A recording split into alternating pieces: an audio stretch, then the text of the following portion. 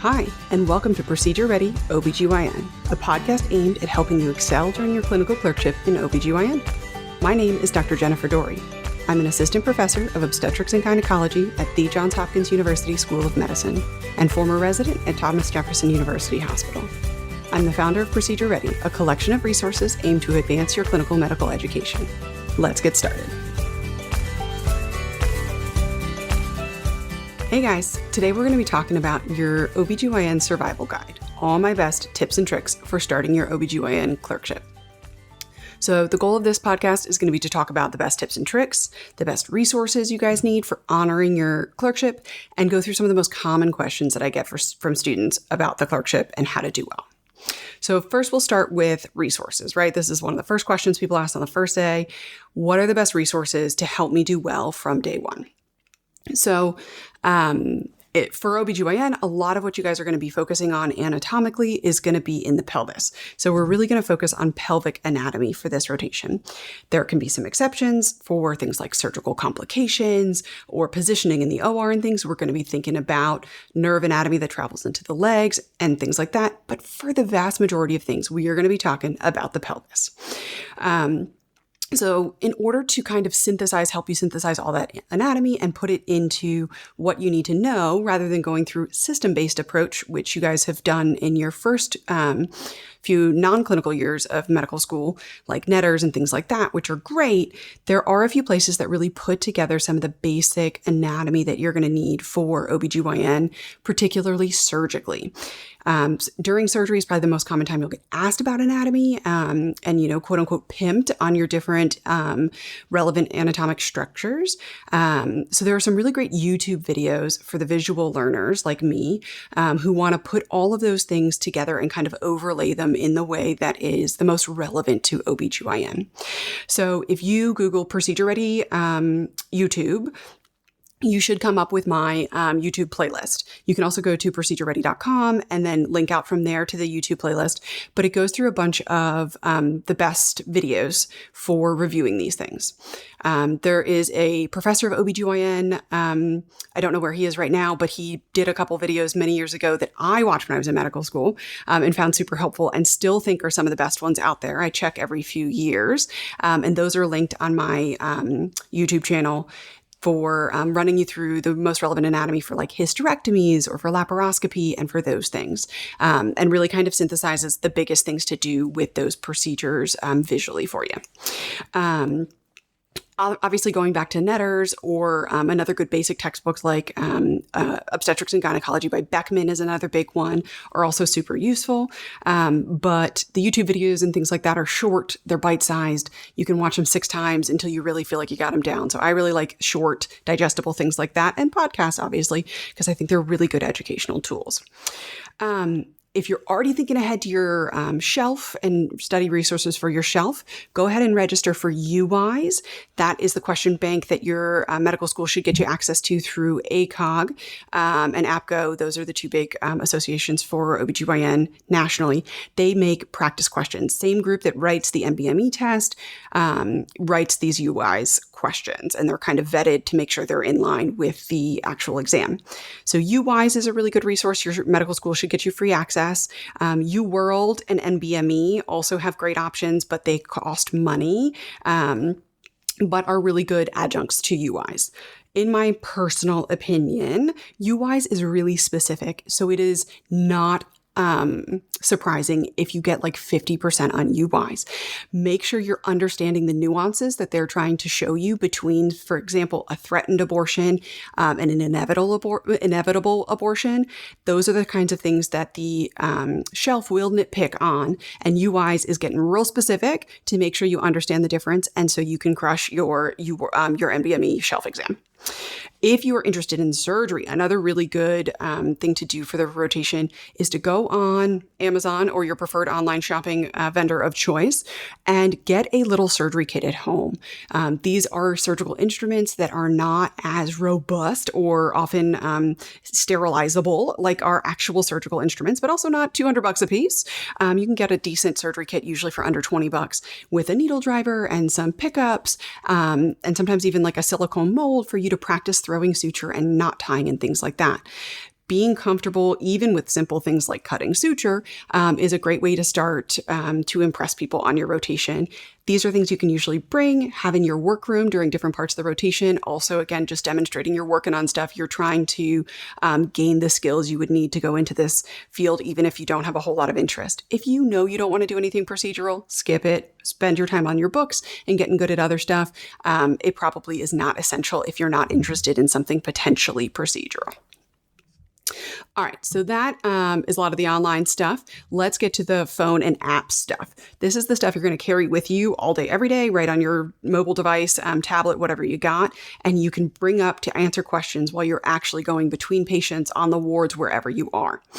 So some of my favorite apps that I literally use on almost a daily basis, I really like Brainscapes for flashcard decks. It has a algorithm in it that if you tell the app that you know a card, it's not going to show it to you as often as a card that you tell it you don't know. And so this is allowing you for enhanced targeted repetition to actually increase your knowledge, as opposed to having to see everything and then having a false sense of confidence that you know things because you're just not seeing the things you don't know as often. Brainscapes is going to be the new home for the procedure ready OBGYN question bank as well. It currently has its own app, but it's gotten too cumbersome, honestly, to keep up with and to keep having developers update. So we are moving it over to Brainscapes. And so you'll be able to find the procedure ready flashcard apps there with all the different clerkship stuff, all the different clerkships available, essentially. All right. So another really good resource, Up to Date. A lot of you guys, and before you go purchase any of these resources, check first with your medical school health sciences library. A lot of these you can get through your medical school for free on your phone. Sometimes you have to VPN to them or whatever, but a lot of times they'll get you a free subscription while you're in med school. So when I was in med school, I got free Up to Date on my phone. I got free Hippocrates for medications and medication interactions, and a bunch of other things. So check there before you buy anything. But Up to Date is good for literally everything, every clinical question you could have. Up to Date is going to be a really good starting point for answering that clinical question. Hippocrates, like I said, great for medication interactions, and contraindications and things like that. GoodRx. Now, this is not one that is going to teach you a whole lot as a medical student, but it will teach you a lot as a future doctor and just a human. A lot of people in this country do not have good medication coverage. And as a medical student, you are so often the first line for these people. You are the most approachable, and you often get to spend more time with them than the residents or even the attendings. So as a medical student, I got often pulled aside by a patient when I was just going to check in on them in the afternoon and say, hey, I can only afford probably 2 of these 4 medications you guys telling me are absolutely necessary. Which 2 should I buy? And those are chances for actually like human to human conversations, not medical student to patient conversations, but helping them navigate the healthcare system in America. It teaches you a lot about the healthcare system, and also I think really helps you have a different take on empathy and helping get people the care that they need. So GoodRx was one of my resources for these kinds of conversations. It is a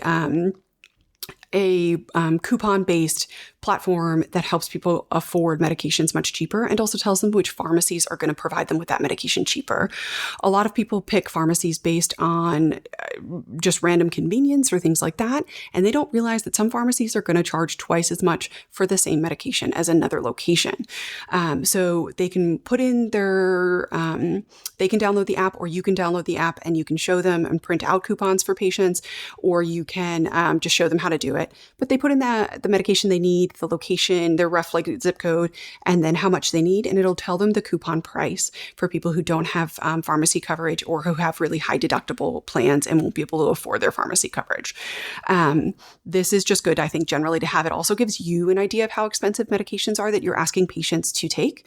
Oftentimes I use it for things like if patients want a specific birth control that we know isn't going to be covered by their insurance or things like that. If people need to pre-purchase birth control to go abroad for a few months and their insurance won't cover it, this can be a really nice option for getting additional month supplies of things like that, where you just have to pay, out of pocket, but it gives you a coupon that at least makes it a little bit more affordable.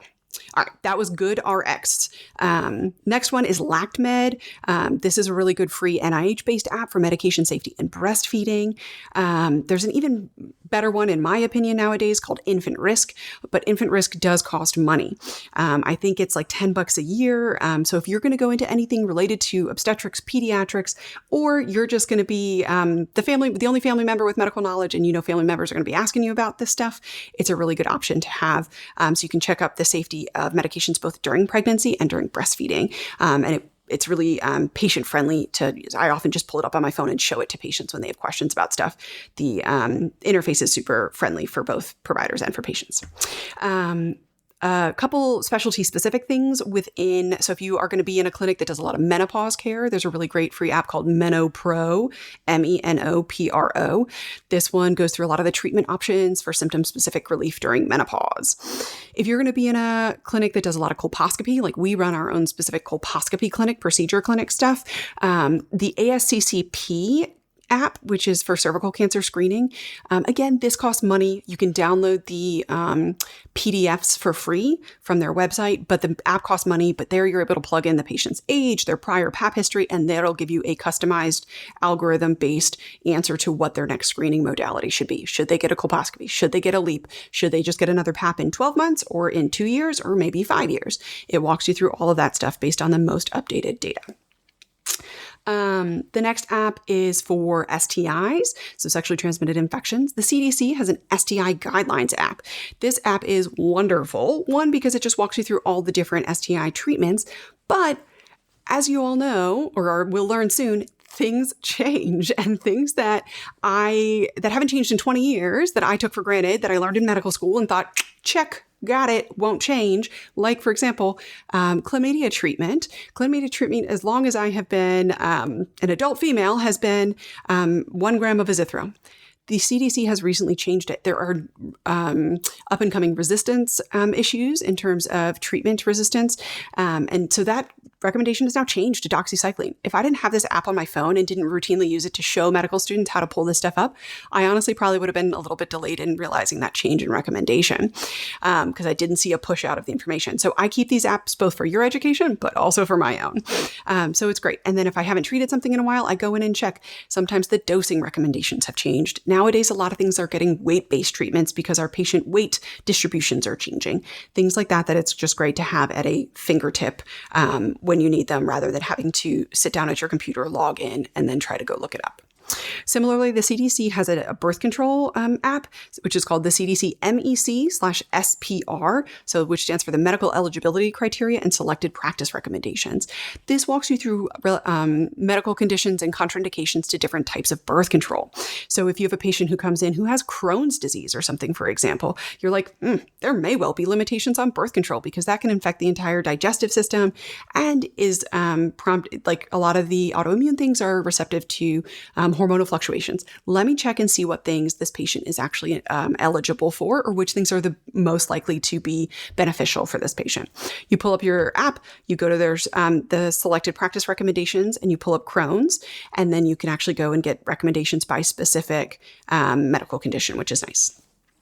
The ACOG, or the American College of OBGYN, has its own app and website. As a medical student, you can get free access to this for the duration of your medical school. So go in, register for this, download the app. This gives you access to all of what we call our practice bulletins. The practice bulletins are practice-based recommendations for certain conditions. So if you, for example, are admitting a patient with PPROM, which is preterm premature rupture of membranes on labor and delivery, you have 2 places you could go first. Honestly, easiest is probably if you have the app, Up to Date. Great place to start. But if you want to get even more technical, you would go to the ACOG practice bulletin and you'd pull up this wonderful 8 to 10 page document. It will walk you through all the different branch points and decision points and all the different recommendations for patients with PPROM. Again, these things are harder to get to if you have to sit down at a computer, get into your website, blah, blah, blah, which is why I'm saying just pre-register, have the app on your phone. It will be so much easier for you to access really high quality resources. The last thing I'm going to have to recommend you have on your mobile device is going to be an OB Wheel, or a dating app for pregnancy. So if a patient comes in, you're on labor and delivery again, somebody comes into triage, they're not your patient, they haven't been seen at your hospital system, and they say, hey, my due date is June 5th. Right now it's say January. you can plug in that due date and it will tell you, okay, she's actually X number of weeks today. So now I know her gestational age. Similarly, if somebody comes in to see you in clinic and they're like, I'm here for amenorrhea or not bleeding. And you're like, okay, when was your last period? And they're like 3.5 months ago. You're like, oh, you could be a little bit pregnant. And you pull it into your app and you see exactly how far along they could be. And it gives you an estimated gestational age for their pregnancy. A lot of the EMRs or the electronic medical records are doing this for you now, so it may not be quite as useful, but it's still a really good thing to have. All right, those are all, I think, of the highest yield resources for you guys. If you come across new ones that you think are invaluable for the rotation, shoot me an email or send me a comment, and I would be happy to update it. All right, so the next thing we're going to do is tips and tricks for excelling, getting your teams of residents and attendings and everybody to think you are just an invaluable team member, and probably more importantly, getting them to write that in your dean's letter or your recommendations.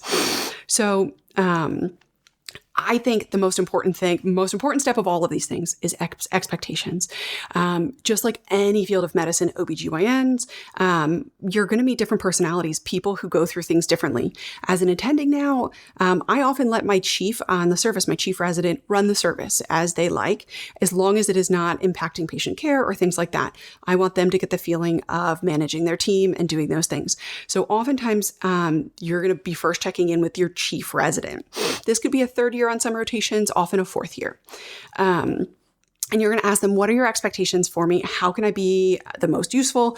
And what are the types of things that are the most helpful for me to be doing? Tell me about the workflow, things like that. They'll usually have a preset list of things they like you to do.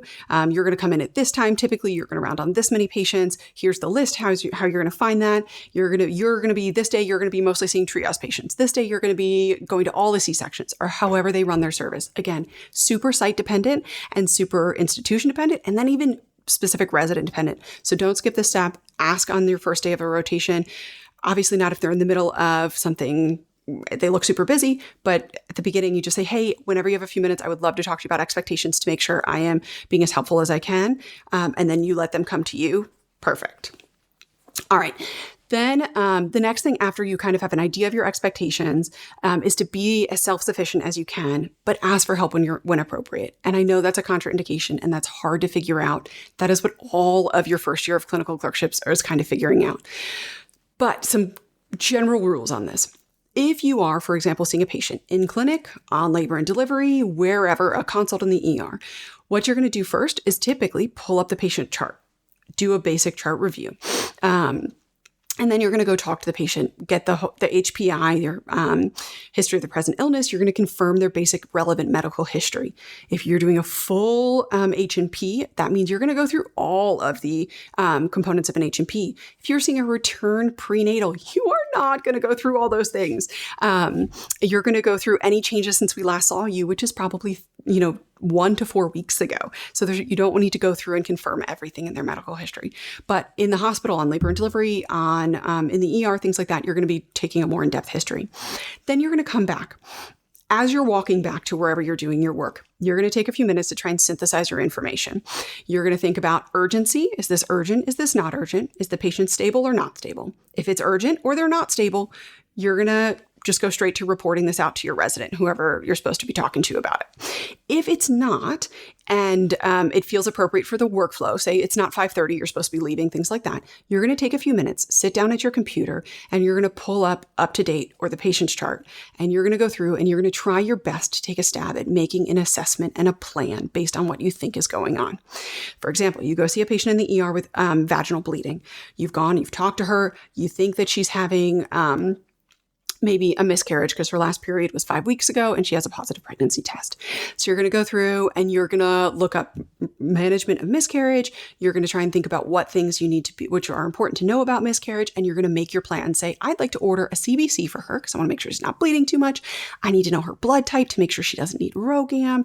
I want to make sure, I want to do an ultrasound to make sure this isn't actually an ectopic pregnancy. I want to get a beta quant to make sure this, that it's appropriate for what we think, that it agrees with the ultrasound and lack of gestational sac or presence of gestational sac and those things. And if you get up 1 out of those 5 things, great. If you get 3, wonderful. And if you get all 5, you're ready to be an intern. So, but just starting the practice of going through, reading up to date, checking your resources, and then generating an assessment and plan is going to help you progress through your 3rd year so much more efficiently and going to impress the rest of your team a lot faster. The other way to be really proactive is to talk to the students who just finished the rotation or who just finished that subsection of the rotation. So a lot of OBGYN clerkships are split up into 1 week or 2 week blocks where you're going to be on certain services for a week or 2 at a time. So figuring out who was just on those services and talking to them ahead of time to kind of get the rundown, the day-to-day logistics, silly things. Do you need to bring a lunch? Is there a place to buy your lunch? If I bring my lunch, is there a fridge to put it in, or do I need to bring a cooler? Is there a place to put my backpack, or should I not really bring anything because the team room is super cramped and there's not, if I put my backpack down somewhere, I don't have anywhere to sit anymore. These are all what feel like silly little logistics that just make you feel more prepared for what you're walking into. All right. Before leaving for the day, check in with your team for the next day and the plan. What time should you come in? Are you supposed to pre-round on the patients or just chart round, meaning not actually go into the patient room? For example, for our obstetric patients, we don't usually send the medical students in on their own because the patient's already being woken up by our team and the pediatrics team and the nurses and the people taking their vitals, the PCTs. It's too many people waking them up. So we typically have the medical students pre-round or chart round first and then actually round with their resident. So figure out what the logistics are, what the expectations. So if they say, hey, meet me at 6 to round, do you want me to have pre-rounded on the patient so I can tell you all about them, or just have chart rounded? It'll tell you how much time you need to allow yourself to come in. And then once or twice a week, ask for feedback whenever people have a down moment. Hey, what could I be doing better? How could I be more helpful? Is there anything I'm missing that you think I should work on incorporating into my presentations? Things like that. This gives the residents and the other evaluators for you a chance to give you quick feedback without it going in your dean's letter or going in your mid-clerkship feedback. And then they get a great chance to write about how well you take feedback, you incorporate feedback, and you improve. Those are all wonderful things that we love to see on the other side in your dean's letters when you're applying for residency and things, because nobody's perfect, but I want to know that you are not too proud to make those improvements, because let me tell you, being in medicine of any kind is a learning process all the way through. And I still learn things every single day, and I hope I never stop learning things. All right. Really quick, last thing is going to be one-liners for labor and delivery and GYN basics. And then we're going to end this podcast and we'll get into more specifics in the next few. So real quick on labor and delivery, you're going to present every patient on labor and delivery or prenatal patients in the office. Your one-liner is going to consist of the patient's age, their G's and P's, so their gestations and their parity, or the gravity and their parity. And then whether or not, you got to think about whether or not they're a multiparous or they're a primiparous or a nulliparous. All of these are special words you're not going to hear on other clerkships. You're not going to hear in other places. But things to be getting used to for OBGYN. So for example, a woman comes in, she's had 1 term delivery before, she is now 38 weeks pregnant, and she is in labor, and she is 32 years old. So I would say I have Miss Smith. She's a 32-year-old G2 P1001, meaning she's had 1 term delivery before, at 38 weeks here with suspected labor. And if I was talking about her, I've said her gestational age and all that stuff. So preterm versus term, real quick. Preterm is anything deliveries less than 37 weeks. 37 weeks plus is considered term. And we'll go through the P's and how you do all that stuff in the next podcast. All right, GYN basics. Real quick, your one-liner for that. When you talk to me about a GYN patient, I want to know their age, their G's and P's, same as labor and delivery, and their last menstrual period, if they're on birth control, and why you're seeing them. So for example, I would say this patient is a 32-year-old, say she's had 2 kids before, G2P2, LMP of January 1st, and her currently using a Mirena IUD for birth control. She is here to talk about IUD removal and reinsertion, as it's been her full 8 years. That would be sort of your full one-liner. Another really quick thing for GYN, if you're talking about bleeding, we usually quantify bleeding in terms of pads or tampons per hour if you can. It's hard to quantify volumes of liquids. And so we quantify with pads and tampons per hour. So we worry about people who bleed more than 2 pads or tampons per hour for 2 hours. That's a heavy amount of bleeding if they're truly saturating those pads and tampons. Last thing I didn't say, your LMP refers to the first day of your last menstrual period, not the middle day, not the last day, but the first day of your last menstrual period. So that is an important nitpicky thing to note. All right, that is all I got. So before your first day, or if you've already had your first day, get to work downloading all these different apps so you have them all on your mobile device and having everything at your fingertips so that everything gets a lot easier for you. All right, that is all I got. So before your first day on clerkship, or if you've already had it, go ahead and get to work downloading all these different apps so you have all your resources at your fingertips. Don't forget to set expectations with each different chief or upper level resident who's going to be running your different services as you switch from service to service, and follow along for the rest of the tips and tricks and all the rest of the podcast. Have a good day. Thanks for listening to Procedure Ready OBGYN. Hope you found today's podcast helpful. Don't forget to subscribe below, rate the podcast, and leave me a review. Your reviews seriously make my day, every time. Have you done your pediatrics rotation yet? We just launched a new Clerkship Ready Pediatrics podcast to help. We're always looking for new collaborators. If you know a phenomenal medical educator who should make a Procedure Ready or Clerkship Ready podcast for their specialty, pass along their information and we'll see if they want to collaborate. Finally, check us out at procedureready.com for more helpful resources like our flashcard deck and our YouTube playlist.